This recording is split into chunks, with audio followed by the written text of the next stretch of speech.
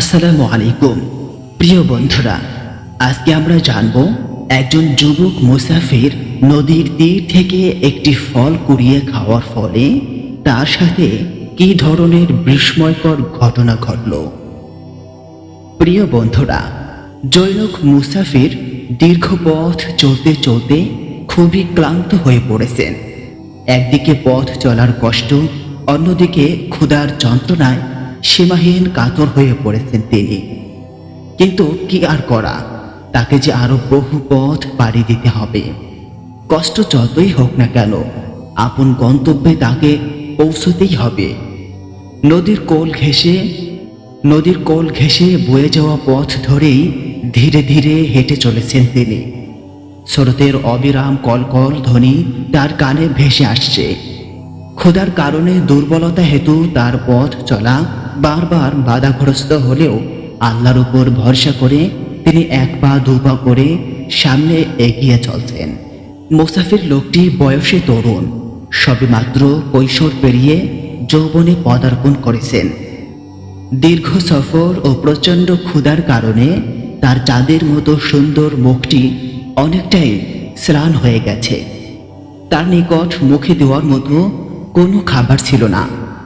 নিকটে কোনো লোকালয় না থাকায় কোনো কিছু কিনে খাওয়াও সম্ভব হচ্ছিল না। এমতো অবস্থায় প্রচণ্ড ক্ষুধায় অতিষ্ঠ হয়ে বারবার তার হৃদয়ের মনিকোঠায় একথা জাগ্রত হচ্ছিল যে, আহা, এখন যদি কুদরতিভাবে আমার জন্য সামান্য খাবারের ব্যবস্থা হতো তাহলে কতই না ভালো হতো। একথা চিন্তা করতে করতে হঠাৎ তার দৃষ্টি স্রোতের পানিতে আটকে গেল। তিনি সীমাহীন আশ্চর্য হয়ে লক্ষ্য করলেন একটি তরতাজা সুন্দর সেবু ফল স্রোতের পানির সাথে তারই দিকে ভেসে আসছে। এতে তিনি অত্যন্ত আনন্দিত হলেন এবং ভাবলেন, এটা আমার জন্য খোদার পক্ষ থেকে এক অপূর্ব নিয়ামত। তাই ফলটি কাছে ভিড়তেই উঠিয়ে খেয়ে খোদার যন্ত্রণা প্রশমিত করল। ফল খেয়ে শেষ করার পর তিনি মনে মনে বলতে লাগলেন, হায় আল্লাহ, আমি এটা কি করলাম? এই ফলটির তো নিশ্চয়ই কোনো মালিক আছে। আমি তো মালিকের অনুমতি ছাড়াই উহা খেয়ে ফেলেছি। হায় আল্লাহ, এখন আমার কি অবস্থা হবে? আমি খোদার দরবারে এর কি জবাব দিব? যুবক মুসাফির বিনা অনুমতিতে অপরের ফল খাওয়ার জন্য খুবই অনুতপ্ত ও দুঃখিত হলেন। তিনি এর পরিণাম চিন্তা করে অত্যন্ত বিচলিত হয়ে পড়লেন। শেষ পর্যন্ত অনেক চিন্তা ভাবনা করে এই সিদ্ধান্তে উপনীত হলেন যে যেভাবেই হোক ফলের মালিক খুঁজে বের করে তার নিকট অবশ্যই ক্ষমা চাইতে হবে। যদি তিনি মেহেরবানি করে আমাকে ক্ষমা করে দেন তাহলে কেবল আমি মুক্তি লাভ করতে পারি। অন্য কোনো উপায়ে আমার মুক্তি পাওয়া সম্ভব নয়। সিদ্ধান্ত নেওয়ার পর তিনি কাল বিলম্ব না করে প্রকৃত মালিককে খুঁজে বের করার জন্য যেদিক থেকে ফলটি ভেসে এসেছিল সেদিকে হাঁটতে শুরু করলেন। দীর্ঘ পথ চলার পর নদীর তীরে তিনি একটি ফলের বাগান দেখতে পেয়ে বড়ই খুশি হলেন। ভাবলেন, আমি যে ফল খেয়েছি তা হয়তো এই বাগানেরই হবে। সুতরাং এখন বাগানের মালিককে খুঁজে পেলেই আমার কৃত অন্যায়ের প্রতিকার করার পথ সুগম হবে। বেশ কিছুক্ষণ খোঁজাখুঁজির পর তিনি মালিকের সাক্ষাৎ পেয়ে প্রথমেই আলহামদুলিল্লাহ বলে মহান আল্লাহ তাআলার শুকরিয়া আদায় করলেন। অতঃপর সালাম মুসাফা ও কুশল বিনিময়ের পর বিনা অনুমতিতে ফল খাওয়ার জন্য দুঃখ প্রকাশ করে বললেন, আমি ক্ষুধার যন্ত্রণায় অতিষ্ঠ হয়ে নদীর কিনারে হাঁটতেছিলাম। হঠাৎ স্রোতের পানিতে ভেসে আসা একটি সেবো ফল দেখতে পেয়ে কোনো কিছু চিন্তা না করে তা উঠিয়ে খেয়ে ফেলি। কিন্তু পরক্ষণেই আমার চিন্তা হলো, এই ফলের তো নিশ্চয়ই কোনো মালিক আছে। আমি তো তার অনুমতি ছাড়াই তা খেয়ে ফেললাম।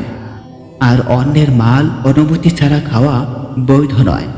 কেননা রাসূলুল্লাহ সাল্লাল্লাহু আলাইহি ওয়াসাল্লাম বলেছেন, কোনো ব্যক্তির মাল তার সন্তুষ্টি ব্যতি রেখে গ্রহণ করা মোটেও বৈধ নয়। সুতরাং আমি সিদ্ধান্ত নিয়েছি যে যদি আমি ফলের মালিককে খুঁজে বের করতে পারি এবং তার নিকট ক্ষমা চাইতে পারি তাহলেই আমার এই কৃত অপরাধ মাফ হতে পারে। তাই আমি মালিকের খোঁজ করতে করতে আপনার নিকট এসে পৌঁছালাম। যেহেতু নদীর কিনারে আপনার বাগান ছাড়া অন্য কোনো বাগান নেই, সেহেতু আমার প্রবল ধারণা হলো আপনি হবেন সেই ফলের মালিক। আমার সৌভাগ্য যে কয়েক মাইল পথ পাড়ি দিয়ে অনেক কষ্ট করে হলেও আমি আপনার সাক্ষাৎ পেয়েছি। সুতরাং আপনি যদি আমাকে মেহেরবানি করে ক্ষমা করে দেন, তাহলেই এর শাস্তি হতে আমি নিষ্কৃতি পেতে পারি, অন্যথায় আমার ধ্বংস অনিবার্য।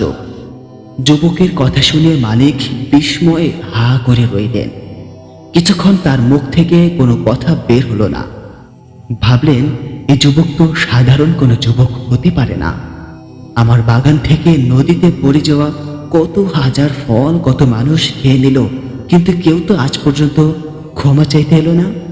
কেউ কখনো অনুমতি নেওয়ার প্রয়োজনও বোধ করেনি।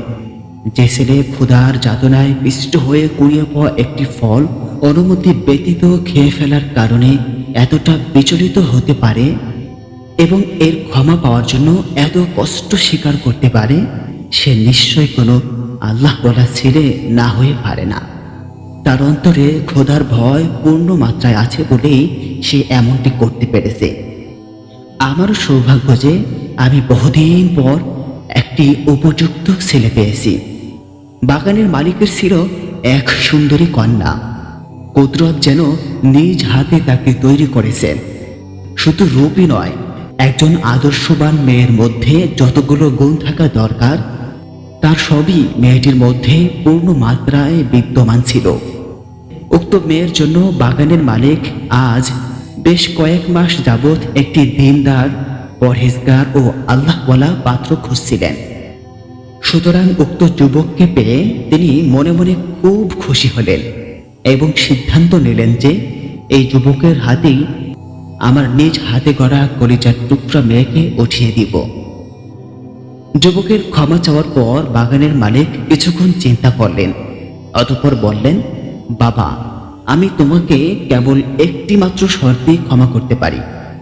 যদি তুমি এই শর্ত পালন করো তাহলে কেবল তুমি মুক্তির আশা করতে পারো, অন্যথায় নয়।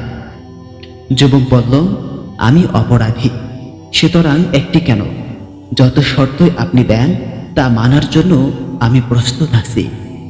যে কোনো মূল্যে আমাকে ক্ষমা পেতেই হবে। শর্ত যত কঠিনই হোক না কেন তা আমাকে পালন করতেই হবে। জনাব, দেরি না করে অনুগ্রহপূর্বক আপনার শর্তটি কি তা বলার জন্য অনুরোধ করছি। মালিক বললেন, আমার একজন অন্ধ, খোড়া, বোবা ও বধির মেয়ে আছে। ক্ষমা পেতে চাইলে এই মেয়েটিকে তোমার বিয়ে করতে হবে। যুবক ক্ষমার আশায় এই কঠিন শর্তটি মেনে নিতে সম্মত হলো এবং বলল, আপনার এইরূপ মেয়েকে বিবাহ করার বদলেও যদি আমি ক্ষমা পেয়ে যাই তাহলে একে আমার জন্য পরম সৌভাগ্যই মনে করব। যা হোক, এই অসম বিয়েতে যুবক রাজি হওয়ার পর নিয়ম মোতাবেক নির্ধারিত সময়ে তাদের বিয়ে হয়ে গেল। এবার অন্ধ, বোবা, বধির ও খোড়া নববধূর সাথে সাক্ষাতের পালা। রাত যখন কিছুটা গভীর হলো তখন বাগানের মালিক নতুন জামাতাকে একটি কামরা দেখিয়ে বলল, এতে প্রবেশ করো। এখানে যে মেয়েটি আছে সেই তোমার জীবন সঙ্গিনী, সুখ দুঃখের সাথী। শ্বশুরের নির্দেশে যুবক ধীরে ধীরে কামরায় প্রবেশ করলেন এবং দেখলেন এক অনিন্দ সুন্দরী রূপসী মেয়ে খাটের উপর বসে আছে। প্রিয়তম স্বামীকে ঘরে প্রবেশ করতে দেখেই মেয়েটি বলে উঠল, আসসালামু আলাইকুম রাহমাতুল্লাহি ওয়া বারাকাতুহু। যুবকটি এইরূপ একটি পরিস্থিতির জন্য মোটেও প্রস্তুত ছিলেন না। তিনি আশ্চর্য হয়ে লক্ষ্য করলেন যে তার শ্বশুর আপন মেয়ের যে সমস্ত গুণাবলীর বর্ণনা দিয়েছিলেন তার একটিও মেয়েটির মধ্যে নেই।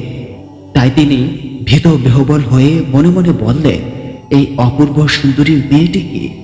আমার স্ত্রী তো এমন হওয়ার কথা নয়। আমাকে কোনো ইমানি পরীক্ষায় ফেলা হয়নি তো?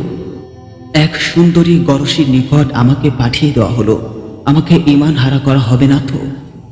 এসব কথা চিন্তা করতে করতে যুবক মানসিক অস্থিরতায় ভয়ে কাঁপতে শুরু করলেন। এভাবে বেশ কিছুক্ষণ অতিবাহিত হওয়ার পর তার মধ্যে ভাবোদয় হয় যে মালিক আমার শ্বশুর। খাটে উপবিষ্ট মেয়েটিকে তিনি আমার স্ত্রী বলেছেন, সুতরাং আমার ভয়টা কিসের? এই জাতীয় আরো কিছু কথা চিন্তা করার পর তার মনের ভিতর সাহস সঞ্চয় হলো। তিনি মেয়েটির কাছে গেলেন এবং তার সাথে আমোদ ফুর্তি করতে করতে রাতের 2/3 কাটিয়ে দিলেন। অতঃপর শেষ রাতে উভয়ে পবিত্রতা অর্জন করে তাহাজ্জুদ আদায় করলেন এবং তাদের জীবন সুখময় হওয়ার জন্য খোদার দরবারে কায়মনোবাক্যে কেঁদে কেঁদে প্রার্থনা জানালেন। এভাবে বাকি রাত অতিবাহিত করার পর ফজরের নামাজ আদায় করে সকালবেলা যুবক যখন শ্বশুরের নিকট সাক্ষাৎ করে তখন বলল যে, আপনি তো বলেছিলেন আপনার মেয়ে চোখে দেখে না, কানে শুনে না, কথা বলতে পারে না, এমনকি হাঁটা চলারও ক্ষমতা নেই, অথচ বাস্তবে তো তার একটিও খুঁজে পেলাম না। এ কথা শুনে মেয়েটির পিতা কসম খেয়ে বললেন, অবশ্যই আমার মেয়ে অন্ধ, বোবা, বধির ও খোরা। শ্বশুরের কথা শুনে জামাতার বুদ্ধি লোপ পাওয়ার উপক্রম হলো। তিনি মনে মনে ভাবলেন, তাহলে সারা রাত আমি কার সাথে আমোদ প্রমোদে লিপ্ত ছিলাম? এক পাপের ক্ষমা নিতে এসে তো অন্য পাপে জড়িয়ে গেলাম। হায়, এ কি করলাম? জামাতার চেহারা পানে তাকিয়ে শ্বশুর সবই বুঝলেন। তাই তিনি জামাতার সংশয় সন্দেহ দূর করার জন্য বললেন, বাবা, বিচলিত হওয়ার কোনো কারণ নেই। আপনি আপনার স্ত্রীর সাথে রাত্রি যাপন করেছেন, তবে আমি কেন তাকে অন্ধ, বোবা, বধির ও খোরা বলেছি তা একটু শুনে নিন। এতটুকু বলে নয়ন যুগলে উছলে ওঠা আনন্দ অশ্রুকে ঠেকাবার চেষ্টা করলেন তিনি। যুবকটির শ্বশুর বললেন, আমার মেয়ে যেদিন থেকে বালেগে হয়েছে এবং হালাল হারাম বুঝতে শিখেছে সেদিন থেকে আজ পর্যন্ত সে কোনো হারাম জিনিসের প্রতি দৃষ্টিপাত করেনি, কোনো বেগানা পুরুষের দিকে তাকায়নি। এই দৃষ্টিকোণ থেকে আমি তাকে অন্ধ বলেছি। অনুরূপভাবে প্রাপ্তবয়স্ক হবার পর থেকে অদ্যাবধি সে কোনো অন্যায় কথা মুখে উচ্চারণ করেনি। মিথ্যা, গীবত, পরনিন্দা, চগলখড়ি, অশ্লীল ও অশালীন কথাবার্তা বলা ও শোনা থেকে সর্বদাই সে দূরে থেকেছে। কোনো পরপুরুষের সাথে কখনো সে কথা বলেনি, কোনো পরপুরুষের কথা সে কখনো শুনেও নেই। এই দৃষ্টিকোণ থেকে আমি তাকে বোবা ও বধির বলেছি। এমনিভাবে আল্লাহ ও আল্লাহ তাআলার রাসূল যে রাস্তায় চলতে নিষেধ করেছেন, যে স্থানে পা ব্যবহার করতে বারণ করেছেন, সে রাস্তায় আদৌ সে চলেনি। এ অর্থে আমি তাকে খোড়া বা ল্যাংড়া বলেছি। প্রিয় বন্ধুরা, একটু চিন্তা করে দেখুন, বাগানের মালিক তার মেয়েকে কিভাবে বড় করে তুলেছেন। শুধু তাই নয়, তিনি তার মেয়েকে বাড়িতে রেখে পরিপূর্ণ ইসলামী শিক্ষা, তাকওয়া, পরহেজগারি, সবর শকর, ধর্মীয় রীতিনীতি, শরী, পর্দা এবং দেহের প্রতিটি অঙ্গ প্রত্যঙ্গের সঠিক ব্যবহারও শিক্ষা দিয়েছেন। উপরন্তু বিয়ের পূর্ব পর্যন্ত তিনি তাকে 18 পারা কোরআনের হাফিজাও বানিয়েছেন। মোট কথা, একটি আদর্শ নারীর মধ্যে, একজন আদর্শবান নারীর মধ্যে যতগুলো মানবীয় গুণাবলী থাকা প্রয়োজন তার সবই তিনি মেয়েকে শিক্ষা দিয়েছেন। প্রিয় বন্ধুরা, এতক্ষণে হয়তো আপনাদের ভালো করে বুঝে এসেছে যে বাগানের মালিকের কন্যা ও তার জামাতা কোন পর্যায়ের দিনদার ছিলেন। সুতরাং এইরূপ দম্পতির ঘরে কোনো আল্লাহওয়ালা সন্তান জন্ম নেবে, এটাই তো স্বাভাবিক। আর বাস্তবেও হয়েছিল তাই। পরবর্তীতে ওই মেয়ের গর্ভেই জন্ম নিয়েছিল জগৎ বিখ্যাত বুজুর্গ হযরত বরপীর আব্দুল কাদের জিলানী রহমাতুল্লাহি আলাইহি।